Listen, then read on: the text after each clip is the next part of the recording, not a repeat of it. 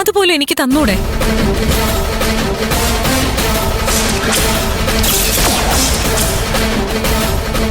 ഗിരിയേട്ടൻ എന്നെ നാട്ടുകാരുടെ മുന്നിൽ അംഗീകരിക്കാൻ പറ്റില്ലായിരിക്കും, പക്ഷെ എന്നെ തള്ളിക്കളയാനും പറ്റില്ല. അതുകൊണ്ടല്ലേ അമ്മയും മഞ്ജും കുറെ പറഞ്ഞിട്ടും എന്നെ ഈ വീട്ടിൽ നിന്ന് പുറത്താക്കാതിരുന്നത്. ഞാൻ ചെയ്ത തെറ്റിനെ കുറിച്ചുള്ള കുറ്റബോധം കാരണമാ ഞാൻ നിന്നെ പുറത്താക്കാത്തത്.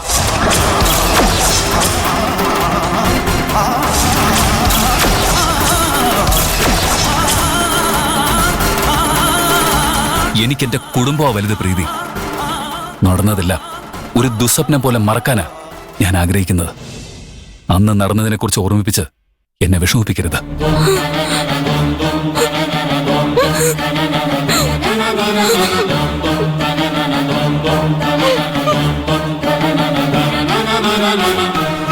ഞാൻ മഞ്ജുവിനെ ചതിച്ചെന്ന് എനിക്ക് നന്നായിട്ടറിയാം. ഞങ്ങളുടെ കുഞ്ഞ് ജനിച്ചതിന് ശേഷം ഞാൻ അവളോട് എല്ലാ സത്യങ്ങളും തുറന്നു പറയും. അതിനെന്തിനാ ഡെലിവറി വരെ കാത്തിരിക്കുന്നേ? ഇപ്പോഴേ സത്യമെല്ലാം പറഞ്ഞൂടെ? അത് കുഞ്ഞിനെ ബാധിക്കില്ലേ? ഇനിയെങ്ങാനും നിന്നെ പോലെ അവൾക്ക് ഇവനോട് തോന്നുന്ന ദേഷ്യം കുഞ്ഞിനോട് തീർത്താലോ? അപ്പൊ ഞാൻ പറഞ്ഞത് ശരിയല്ലേ? നിങ്ങൾ എല്ലാവരും ആ കുഞ്ഞിന് വേണ്ടിയല്ലേ അവളെ സഹിക്കുന്നത്?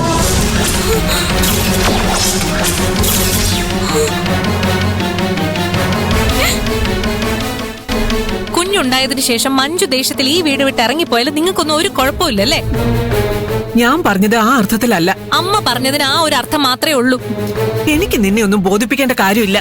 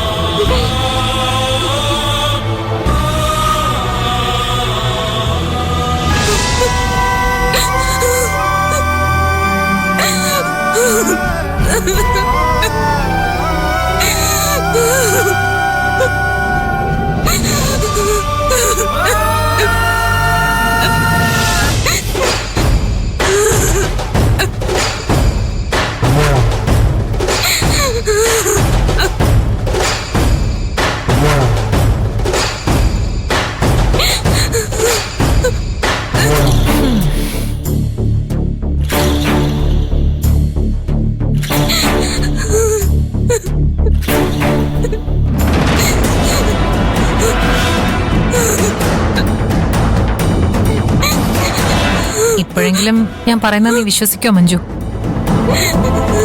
ഇനിയിപ്പോ വിശ്വസിക്കാതിരിക്കാൻ പറ്റില്ലല്ലോ. ഗിരിയേട്ടൻ തന്നെ നടന്നതെന്താന്ന് പറഞ്ഞില്ലേ? നീ ഈ സത്യം അറിഞ്ഞാ തകർന്നു പോകുന്ന കരുതിയിട്ടാ ഞാൻ ഇതിനെക്കുറിച്ചൊന്നും പറയാതിരുന്നത്. പക്ഷേ അപ്പം നീ എന്നെ കൂടുതൽ കൂടുതൽ കളിയാക്കി മാനസികമായിട്ട് തകർക്കാൻ ശ്രമിച്ചു. വേറെ നിവർത്തിയില്ലാതെയാ എനിക്കിതെല്ലാം പറയേണ്ടി വന്നത്. നീ എന്റെ പുറകെ നടന്ന് ഇറിറ്റേറ്റ് ചെയ്തില്ലായിരുന്നെങ്കിൽ ഞാനിതൊന്നും നിന്നെ അറിയിക്കാതെ മര്യാദയ്ക്ക് കാനഡയിലേക്ക് പോയേനെ. ഇതെല്ലാം വരുത്തിവെച്ചത് നീ തന്നെയാ. ഗിരിയേട്ടനും അമ്മയും കുഞ്ഞിനു വേണ്ടിയാ നിന്നെ സഹിക്കുന്നതെന്ന് പറയുന്നത് നീ കേട്ടില്ലേ? ഇനിയും ഈ വീട്ടിൽ കടിച്ചു തൂങ്ങി നിൽക്കുന്നത് നാണം കിട്ട ഏർപ്പാടാ മഞ്ജു. അന്തസ്സുണ്ടെങ്കിൽ നീ ഇവിടുന്ന് ഇറങ്ങിപ്പോണം. അല്ല, അതിനെങ്ങോട്ടിറങ്ങി പോവാനല്ലേ? വലിയ പതിവ്രതയാണെന്ന് കാണിക്കാൻ ഉണ്ടായിരുന്ന സർക്കാർ ജോലി രാജിവെച്ച് വീട്ടമ്മയായല്ലോ. ഇപ്പൊ കക്ഷത്തിരിക്കുന്നത് പോവുകയും ചെയ്തു, ഉത്തരത്തിലിരിക്കുന്നത് കിട്ടിയൂല്ല. നിന്റെ അവസ്ഥ പരമ കഷ്ടമാ മഞ്ജു. നിനക്ക് വേണമെങ്കിൽ കുഞ്ഞിനു വേണ്ടി ഈ ബന്ധത്തിൽ തുടരാം. പക്ഷെ പാവം ഗിരിയേട്ടന് ഒരിക്കലും സന്തോഷത്തോടെ ജീവിക്കാൻ പറ്റില്ല. മനസ്സില്ലാ മനസ്സോടെ നിങ്ങൾ ഒരുമിച്ച് ജീവിതം മുന്നോട്ട് കൊണ്ടുപോയാൽ തന്നെ പതുക്കെ പതുക്കെ നിങ്ങൾ തമ്മിലുള്ള അകൽച്ച കൂടിക്കൊണ്ടേയിരിക്കും. എന്തിനാ ഇങ്ങനെ സ്വയം ചിത്രവധം നടത്തുന്നത്? അതിലും ഭേദം ദയാവധ.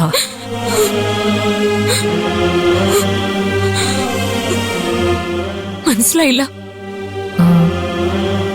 ഇങ്ങനെ ഇഷ്ടമല്ലാത്തൊരു ബന്ധത്തിൽ ജീവശവമായി കഴിയുന്നതിലും ഭേദം ഡിവോഴ്സ് ചെയ്യുന്നതല്ലേ?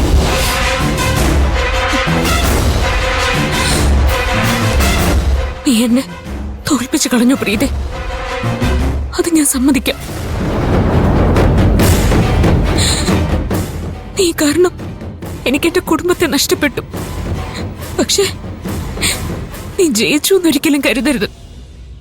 വഴക്ക് കൂടിയാലും പിരിഞ്ഞാലും എന്റെ ഗിരിയേട്ടന്റെ ബന്ധത്തിന് സമൂഹത്തിന് മുന്നിൽ ഒരു വിലയുണ്ട്. നീ എന്നും ഞങ്ങളുടെ ബന്ധത്തിലേക്ക് വലിഞ്ഞു കയറി വന്ന ഒരു പരജീവി മാത്രമായിരിക്കും. ഈ ലോകം മുഴുവൻ നിന്നെ അറപ്പോടെ മാത്രമേ നോക്കൂ. അങ്ങനെ ഒരു ജയമാണോ എന്ന് ആലോചിച്ച് നോക്ക്. എന്തായാലും എന്റെ ജീവിതം തകർക്കുന്നതിൽ നീ വിജയിച്ചു. കൺഗ്രാറ്റ്സ്.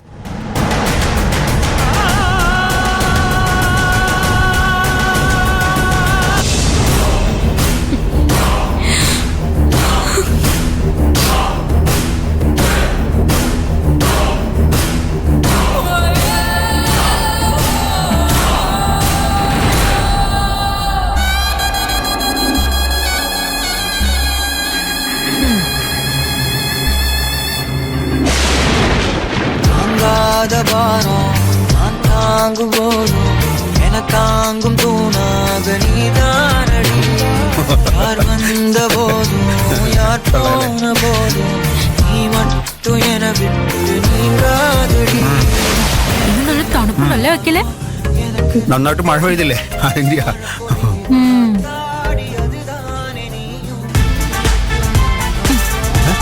എടോ, ഇങ്ങനെ തിന്നു നിർത്താലേ എനിക്ക് ബാക്കിയൊന്നും ഉണ്ടാവില്ലല്ലോ. തീർന്നെങ്കിൽ വേറെ കൊണ്ടുവരണം. ആര് കൊണ്ടുവരാൻ? വക്കീലിന്. ആ, തിന്നു നിർക്കാൻ താനും കൊണ്ടുവരാൻ ഞാനും അല്ലേ? ആ, അതുകൊള്ളാം. അതുകൊണ്ട് ഇപ്പൊ എന്താ, അടുക്കള വരെ ഒന്ന് നടന്നാ പോരെ? എന്താ പിന്നെ തനിക്ക് നടന്നൂടെ? ഞാൻ വക്കീലിനെ പോലെ ജോലി സമയത്ത് മുഴുവൻ ഒരു കസേരയിൽ അനങ്ങാതിരിക്കല്ല.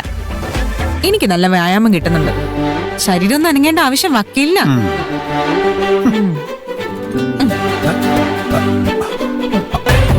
തീർന്നു, വേഗം എടുത്തോ. ചെല്ല്. പറഞ്ഞിട്ടെന്താ കാര്യം? ജീവപര്യന്തം തടവ് ശിക്ഷ ഏറ്റുവാങ്ങിയ അവസ്ഥ. എന്തായാലും പറഞ്ഞോ? ഏ?